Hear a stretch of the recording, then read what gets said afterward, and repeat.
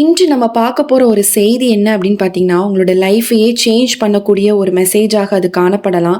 ஏன்னா, நீங்க இப்போ இந்த வீடியோ பார்த்துட்டு இருக்கிற இந்த நேரத்துல கூட, உங்கள பற்றி ஒரு ரெக்கார்ட், நீங்க என்னென்ன பண்ணிட்டு இருக்கீங்க அப்படிங்கிற ஒரு ரெக்கார்ட் பரலோகத்துல இருக்குது அப்படின்னு சொன்னா நீங்க நம்புவீங்களா? நீங்க செய்கிற ஒவ்வொரு ஆக்ஷனும், நீங்க பேசுகிற ஒவ்வொரு வார்த்தையும், நீங்க யாருக்கும் தெரியாம சிந்துகிற ஒவ்வொரு கண்ணீரும், யாருக்கு தெரியாம நீங்க செய்கிற ஒவ்வொரு தியாகங்களும், எவ்ரி சாக்ரிஃபைஸ், அதே மாதிரி நீங்க யாருக்கு தெரியாம செய்யக்கூடிய உதவிகள், மனுஷங்களுக்கா இருக்கலாம், நிறைய பேருக்கு நீங்க வெளியரங்கமா செய்யாம நிறைய பேருக்கு நீங்க உதவி செய்திருக்கலாம், யாருக்கும் தெரியாம சில செய்யக்கூடிய பாவங்களாக கூட இருக்கலாம். எதுவுமே தேவனுடைய பார்வையிலிருந்து விட்டு மறையல அப்படிங்கறது மட்டும் தெரிஞ்சுக்கோங்க.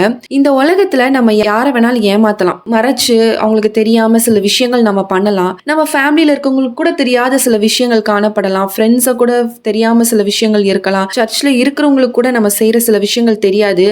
ஆனா பரலோகத்துக்கு தெரியாத மறைவான விஷயம் அப்படிங்கிறது ஒன்றுமே கிடையாது. ஏன்னா வேதம் சொல்லுது, ஒரு நாள் புக்ஸ் வேர் ஓபன்ட் அப்படின்னு இங்க வந்து சொல்லப்பட்டிருக்கு. கவனிங்க, புத்தகம் சொல்லப்படல, புத்தகங்கள்னு சொல்லப்பட்டிருக்கு. நிறைய கிறிஸ்தவர்களுக்கு தெரிந்தது புக் ஆஃப் லைஃப், ஜீவ புஸ்தகம் மட்டும்தான் இருக்கு அப்படிங்கிறது மட்டும்தான் அவங்களுக்கு தெரியும். பட் என் பெயர் ஜீவ புஸ்தகத்துல இருந்தா போதும் அப்படிங்கிறது மட்டும்தான் நம்ம எல்லாருமே நம்மளோட கிறிஸ்தவ லெவல்ல இது மட்டும்தான் எல்லாருமே நினைச்சு கொண்டு இருக்கோம். ஆனா வேதத்துல இன்னும் சில புக்ஸ் பற்றியும் சொல்லப்பட்டிருக்கு. ஒவ்வொரு புக்ஸுக்கும் ஒரு ஒரு பர்பஸ் இருக்கு. அதுலயும் குறிப்பா பாத்தீங்கன்னா, இன்று நம்ம பார்க்க போற ஒரு 2வது புத்தகம் ஒவ்வொரு விசுவாசிகளும் கண்டிப்பா தெரிஞ்சிருக்க வேண்டிய ஒரு புத்தகமா காணப்படுது. இந்த புக்கை நீங்க புரிஞ்சுக்கிட்டீங்க, இப்ப சொல்ல போற இந்த 3 புத்தகத்தை பத்தி நீங்க புரிஞ்சுக்கிட்டீங்க அப்படின்னா, இன்னைக்கு அப்புறம் உங்களோட லைஃபா இருக்கலாம், கேர்லெஸ்ஸா நீங்க வாழ மாட்டீங்க. நம்ம எப்படி எப்படி வாழணும் அப்படிங்கிறதுல ஒரு அட்டென்ஷன் எப்பவுமே உங்களுக்கு இருக்கும் அப்படிங்கிறத நான் இன்று விசுவாசிக்கிறேன். ஸோ இந்த வீடியோவை ஸ்கிப் பண்ணாதீங்க, கடைசி வரைக்கும் பாருங்க. ஏன்னா இந்த 3 புக்லையும் உங்களை பற்றி எழுதப்பட்டிருக்கிறது. அது என்ன அப்படிங்கறத நீங்க ஃபுல்லா தெரிஞ்சுக்கோங்க.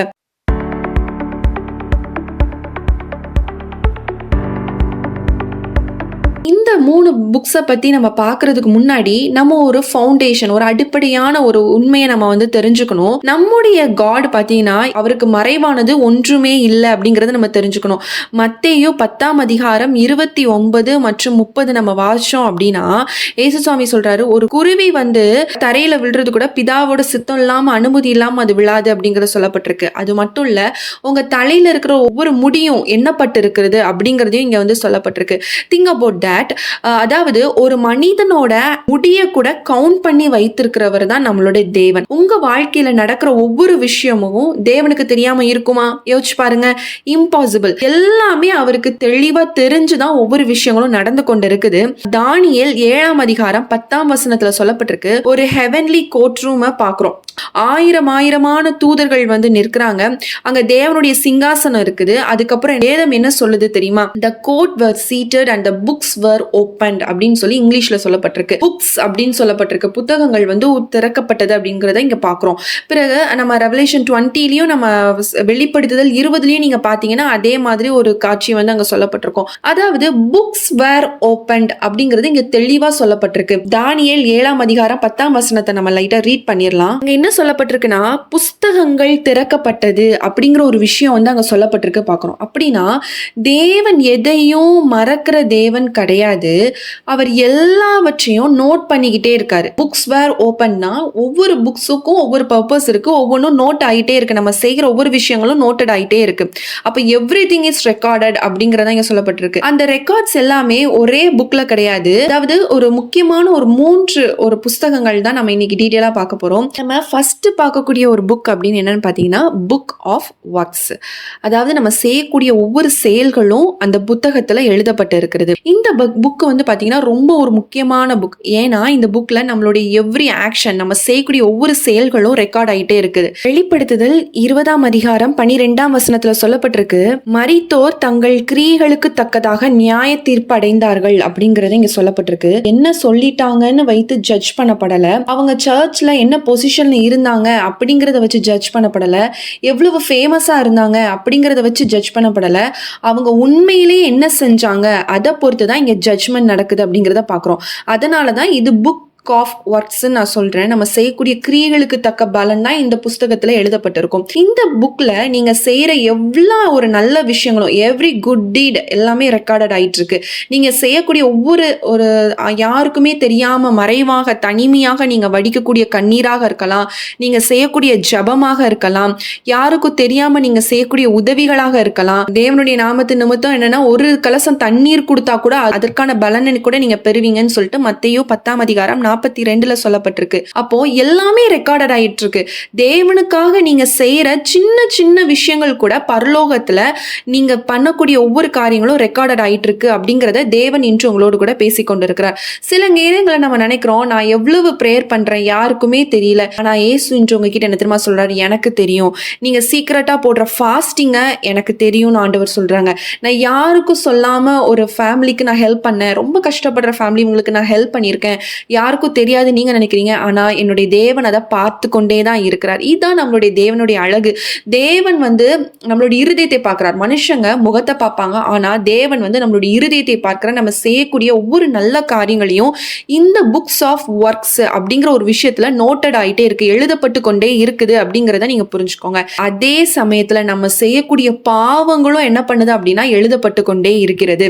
நம்ம தெரியாம தெரிஞ்சு பேசக்கூடிய சில காசிப்பா இருக்கலாம், ஒரு வெறுப்பு, ஒரு மன்னிப்பு இல்லாம இருக்கலாம், ஒரு லஸ்டா இருக்கலாம், அடல்ட்ரியான விஷயங்களா இருக்கலாம், ஒரு ஏமாற்றம், ஒரு துரோகம், இந்த மாதிரி விஷயங்கள் எல்லாமே மனுஷங்களுக்கு தெரியாம இருக்கலாம்.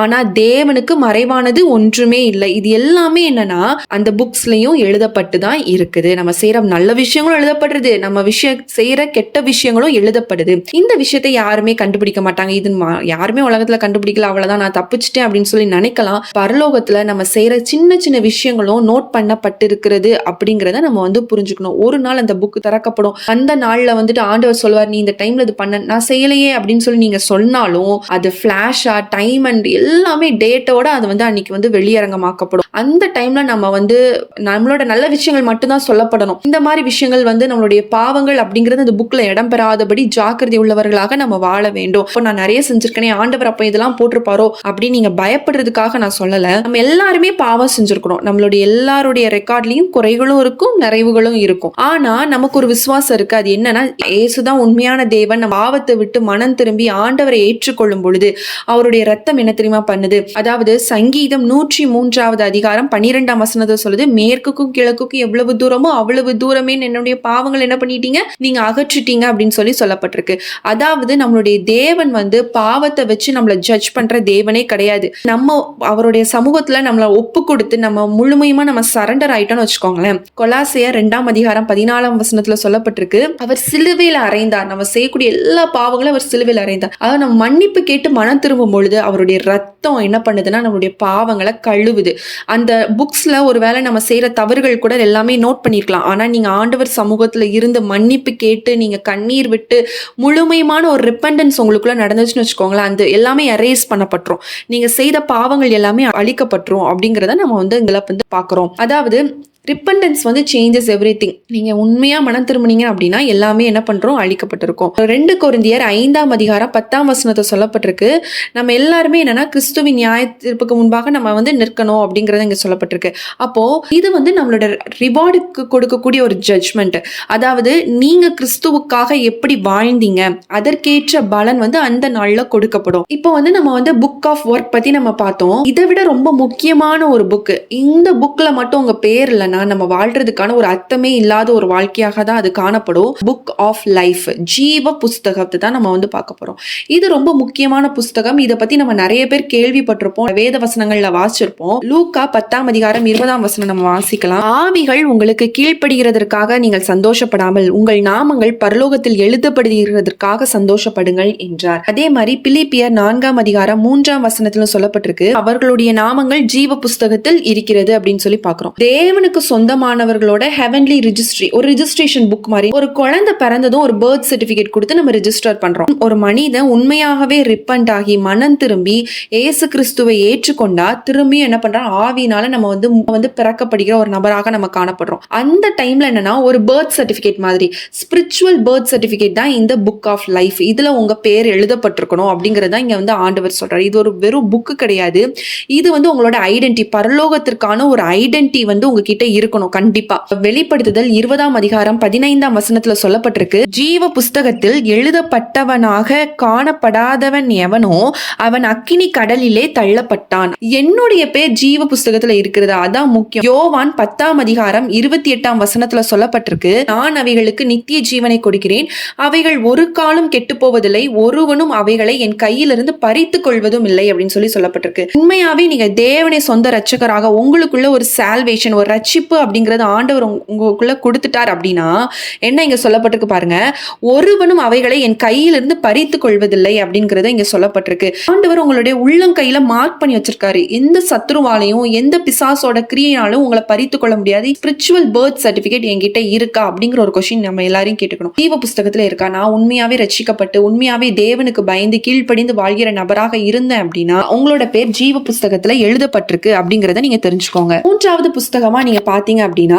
புக் ஆஃப் மெமோரியல், மல்கியா 3ஆம் அதிகாரம் 16ஆம் வசனத்துல சொல்லப்பட்டிருக்கு, கர்த்தருக்கு பயந்தவர்கள் ஒருவரோடு ஒருவர் பேசிக் கொள்வார்கள், அவர்கள் கர்த்தர் கவனித்து கேட்பார், கர்த்தருக்கு பயந்தவர்களுக்காகவும் அவருடைய நாமத்தை தியானிக்கிறவர்களுக்காகவும் ஞாபக புஸ்தகம் ஒன்று அவருக்கு முன்பாக எழுதப்பட்டிருக்கிறது. ஞாபக புஸ்தகம். நீங்க வந்து இரவு நேரங்கள்ல யாருக்கு தெரியாம நீங்க ஜெபிக்கிற ஒரு நபராக நீங்க காணப்படலாம். ஆனா ஆண்டவர் பார்த்து கொண்டே இருக்கிறார். நீங்க ஃபாஸ்டிங் போட்டு ஜெபிக்கிற நபராக இருக்கலாம், நீங்க வந்து ஒரு ஊழியம் செய்கிற நபராக இருக்கலாம், உண்மையாக நீங்க ஆண்டவருக்காக ஊழியம் செய்து கொண்டிருக்கலாம், நீங்க யாருக்கும் தெரியாம ஆண்டவருடைய சமூகத்துல வடிக்கக்கூடிய கண்ணீராக கூட அது காணப்படலாம். அது தேவனுக்கு தெரியும். தேவன் ஒவ்வொன்றையும் பார்த்து கொண்டே இருக்கிறார். நீங்க வடிக்கக்கூடிய ஒவ்வொரு கண்ணீரையும் ஆண்டவர் பார்க்கிறார்.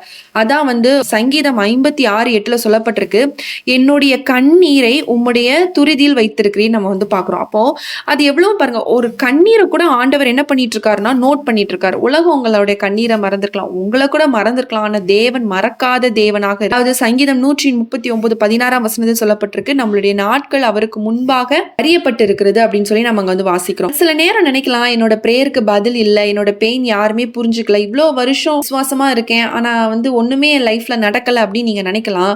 ஆனா பரலோகம் உங்களை பார்த்து சொல்லுது, ஆண்டவர் உங்களை மறக்கவில்லை. தேவன் நீங்க செய்யற ஒவ்வொரு நல்ல விஷயங்களையும் ஞாபக புஸ்தகத்துல எழுதி கொண்டு இருக்கிற, நீங்க அவருக்காக பண்ணக்கூடிய ஒவ்வொரு விஷயங்களும் ஞாபக புஸ்தகத்துல எழுதப்பட்டு இருக்கிறது அப்படிங்கறத நீங்க தெரிஞ்சுக்கோங்க. இந்த 3 புஸ்தகங்களும் நம்மளுடைய டெய்லி லைஃபை எப்படி வந்து அஃபெக்ட் பண்ணுது அப்படின்னு பாத்தீங்கன்னா, அதாவது நீங்க பண்ற ஒவ்வொரு விஷயங்களும் வேஸ்ட் ஆகல, ஒவ்வொன்றும் நீங்க செய்யற ஒவ்வொரு நல்ல விஷயங்களும் வேஸ்டா போகல.